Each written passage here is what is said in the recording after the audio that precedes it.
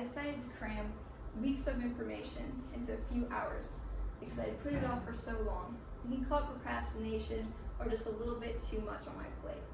I thought I'd be fine, and I actually thought I'd be ahead of some of my peers because all the information would be stuck in my brain and a little fresh than everybody else.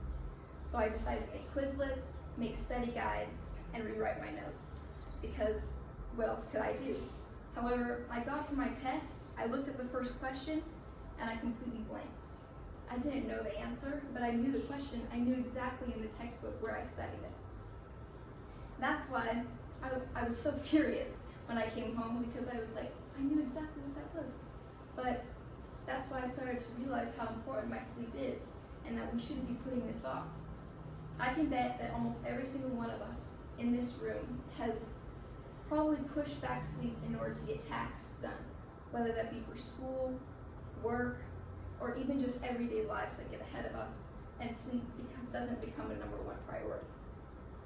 So, after this special occasion, I learned not to do that anymore and to prioritize my sleep. So I wanted to understand what was going on inside of our minds and our brains when we don't have enough sleep. So I devoted a few weeks of my time into studying and reading articles on how sleep affects our minds and how it is crucial to learning, taking in new memories, and making sure that our days and our lives are filled with special memories that all leads back to sleep. Sleep deeply influences how we learn, retain memories, and manage emotions, making it a key factor in maintaining a healthy brain. Today I'll be talking about the stages of sleep and how it affects brain function, how memory consolidations plays a deep role in our short-term memories and our long-term memories, and how poor sleep can negatively affect emotional regulation and our mental health. Now, let's start with understanding our sleep cycle. People can sometimes associate sleep with just shutting down for the night and drifting off to sleep, but actually our minds are hard at work making sure that all the sensory information that are thrown at us during the day is being turned into useful information that our brains can use later down the road. Our brain goes through multiple stages, which are essential for our physical and mental reactions and responses. The Cleveland Clinic, a prestigious medical website, said there are 3 REM stages, non-REM stages. When you fall asleep, you enter into non-REM stage 2, or stage 1, then cycle between non-REM stage 2 and 3. After that, you go into REM, where you start dreaming. After the first REM cycle, you start a new sleep cycle and go back to stage 1 or 2, and the cycle repeats. So as you can see, there's 2 main types that can be of sleep cycles. It is REM, also known as rapid eye movement, and non-REM. Now let's break down the stages so that we can better understand them. First, our first stage is known as the lightest stage of sleep.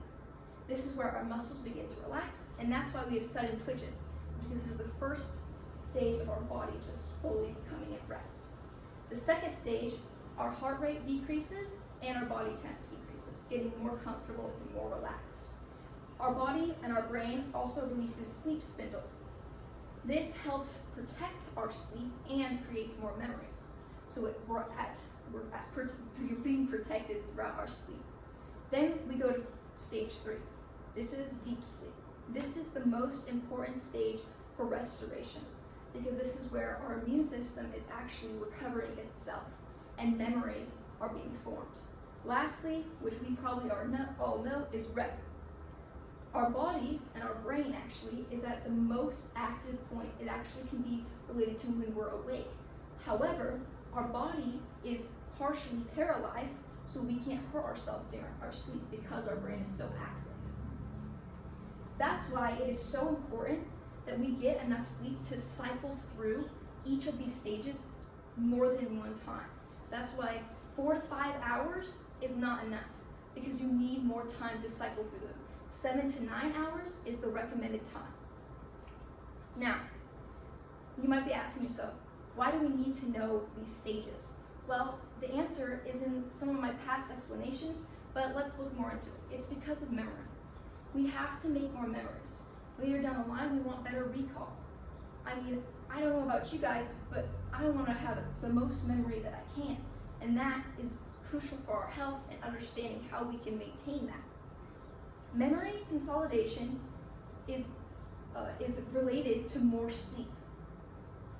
Alex Chambers, psychologist and professor at the North Central College, said, research indicates that sleep promotes various cognitive functions, such as decision-making, language, categorization, and memory, with ample work showing that sleep enhances memory and consolidation, like so. So, when you sleep more, your body begins to console memories, making sure all that sensory information that's thrown at you during the day is being sorted through, whether it's short-term memory to be thrown out or long-term memory down the road. Our sleep is so vital for this because, as I've mentioned in the stages, without enough sleep, memory consolidation doesn't happen. Now, it's not just remembering things that sleep plays a vital role in. It's feeling and thinking. Without sufficient sleep, we struggle to make thoughtful decisions and good decisions throughout our day. A lack of sleep means an increase in irritability and emotional instability because it overrides our prefrontal cortex, which is our logical side of our brain, meaning that our amygdala then is more reactive because it overrides the prefrontal cortex, and that this leads to more emotional outbursts, not thinking through things logically because our prefrontal cortex is being overridden. Dr. Abbas Smiley, professor at the Worcester Medical Center and co-worker, wrote, consistent quality sleep can only increase physical health, but also has been shown to increase mental health and overall quality of life. Substandard sleep is one of the root causes to numerous issues individuals may be facing. So, back to the stages of sleep. If you get 4 to 5 hours of sleep every night, you're more susceptible to diseases because your immune system isn't repairing itself. You're not going through the amount of stages that you need to go through so that your immune system can repair itself. So that 7 to 9 hours shouldn't be just pushed to the side or, oh, it's okay, I can stay up later tonight, I'll feel fine tomorrow. It needs to be a priority so that later down in life, you're not dealing with diseases that could be affected by your sleep. So that is why understanding sleep stages is so important because each stage plays a unique role in the brain's health. Sleep deeply influences how we learn, retain memories, manage emotions, making a key factor in mental health and maintaining our healthy brain. So today I talked about the stages and how it affects brain function, memory consolidation, and how poor sleep negatively influences emotional regulation and mental health. So the next time you're tempted to sacrifice a couple hours of sleep for whatever you have going on in your lives, whether it be school-related, work-related, or whatever life is throwing at you, remember that sleep doesn't just make you feel energized throughout the day, it sets a foundation to your overall health. Thank you.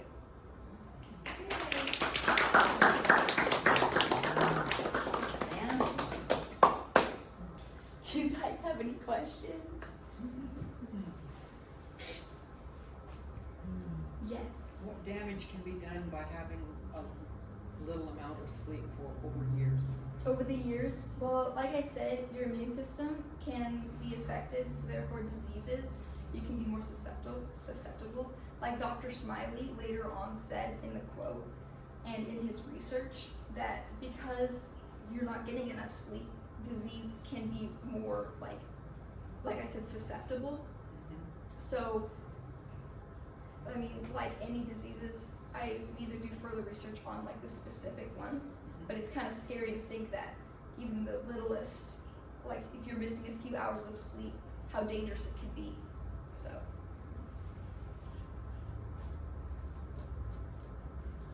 Can I ask a question? You said the ideal amount of sleep for an adult is what? 7 to 9 hours. 7 to 9. Okay. Because you want to be able to go through your sleep cycles more than once each night. So. Yes. What happens if you have too many dreams? Are you getting too much sleep or not Too many enough? dreams. Actually, too many dreams is probably good because you're probably in stage 3, which is known, or stage 4 REM, because that's associated with the most dreams. That's when you start relaxing. Yeah, that's the most relaxed. That's stage 4. So stage 3, stage 4 is where you want to be, because stage 3 is your deepest sleep and stage 4 is REM. So that's if you have a watch, that's what you look for, is if you're in REM or deep sleep. You want to stay out of the lighter zone because you're more likely to wake up. Is that it?